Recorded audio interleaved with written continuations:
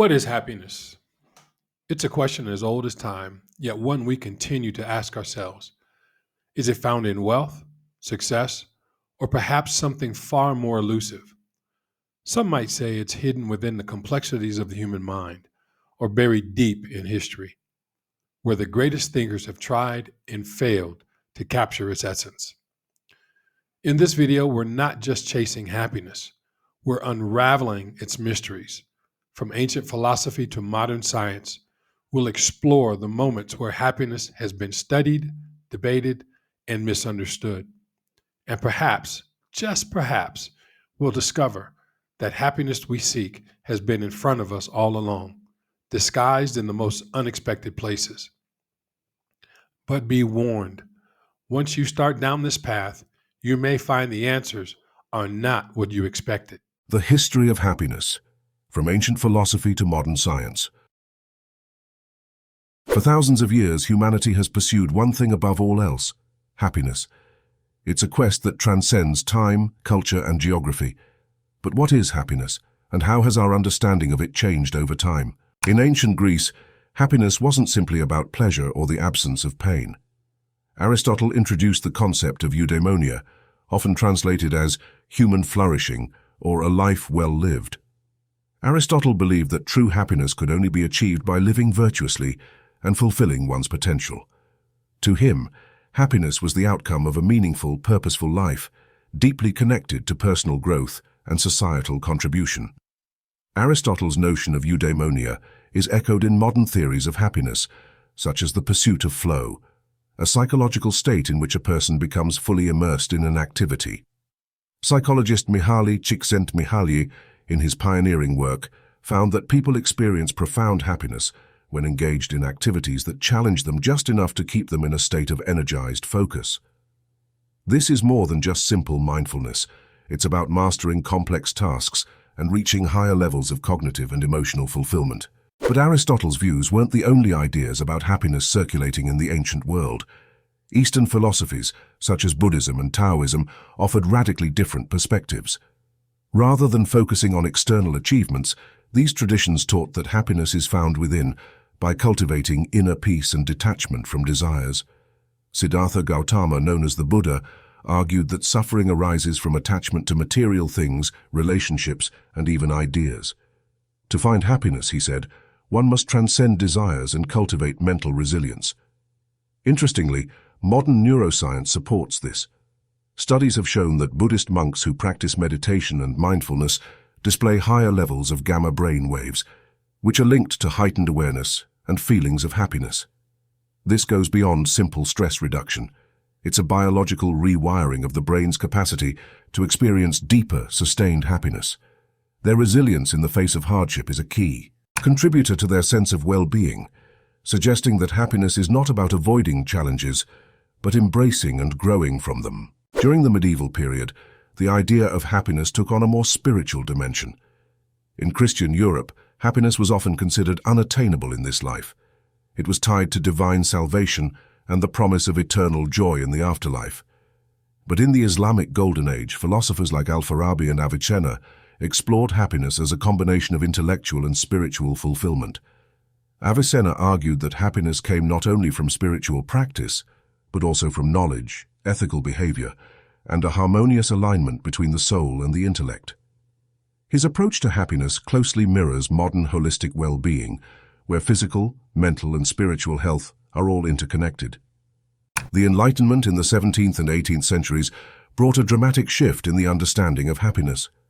Thinkers like John Locke and Jean-Jacques Rousseau began to treat happiness not just as an individual pursuit, but as a societal objective.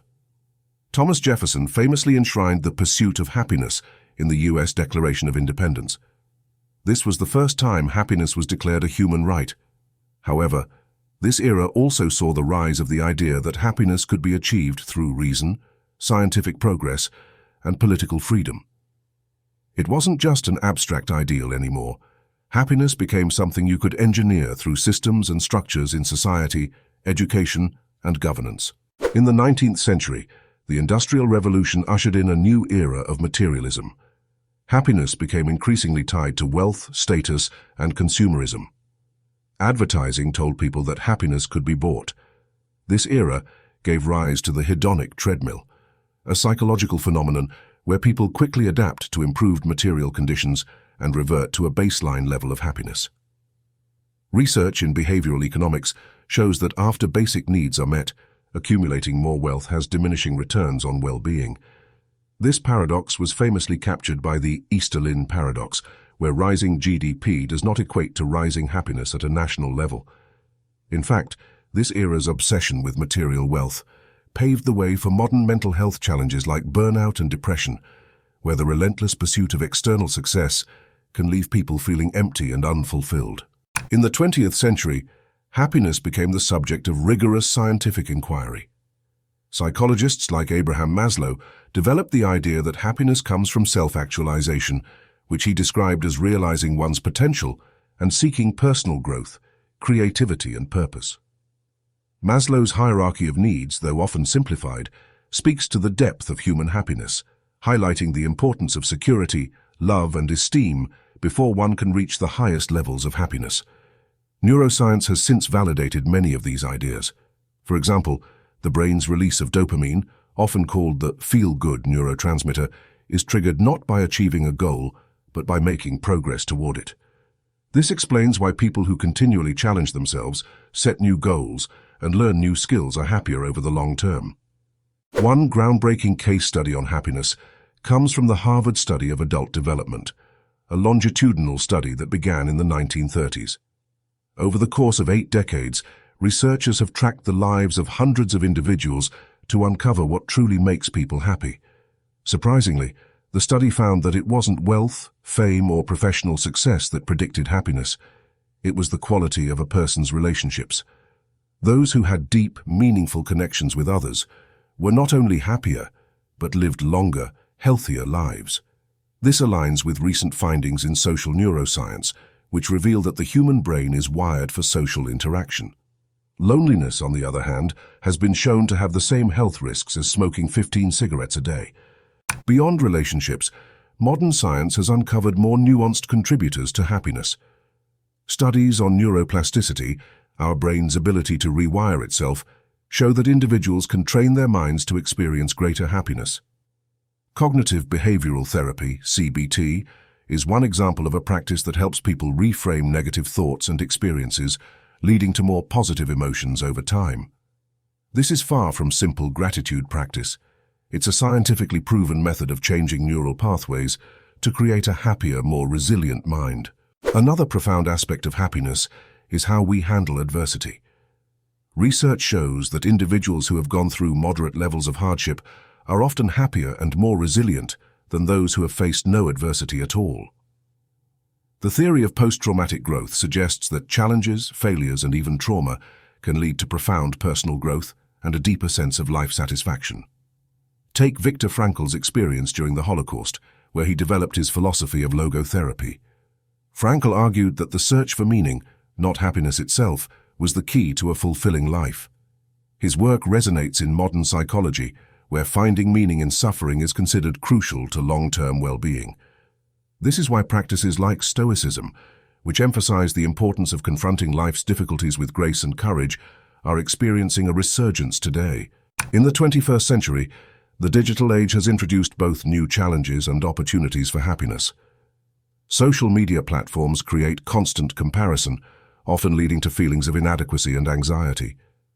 However, technology has also provided tools for self-improvement, mental health support, and education on well-being. Artificial intelligence is now being used to develop personalized happiness programs that track mood, analyze mental health data, and offer insights based on an individual's unique patterns of behavior. Happiness is also being shaped by societal factors like inequality and access to resources. For example, in countries with high levels of income inequality, happiness levels tend to be lower, even among those who are financially well off. The World Happiness Report, which ranks countries based on various indicators, consistently finds that societies with stronger social safety nets, access to healthcare, and a greater sense of community are happier. The story of happiness is still being written, but one thing is clear: it's not a simple formula. Happiness is not just about meditation, gratitude, or even social interaction. It's about growth, meaning, resilience, and the ability to navigate both joy and adversity.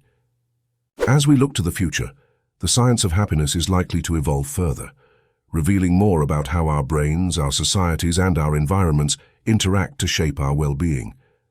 But as ancient wisdom and modern science both agree, happiness is not a destination. It's a journey, one that each of us must travel in our own way. Now let me ask you this. What truly brings you joy?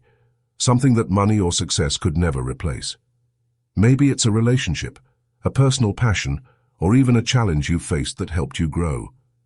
Take a moment to reflect on that and share your thoughts in the comments below. We'd love to hear how your own experiences shape your understanding of happiness. And if you've enjoyed this journey through the history of happiness and want more insights, be sure to subscribe and stay connected. We have so much more to explore together. Lastly, I want to encourage you to connect with Todd Allen. He is the founder and content creator for this channel. Schedule your free consultation with him and explore how you can increase the happiness and well-being in your life.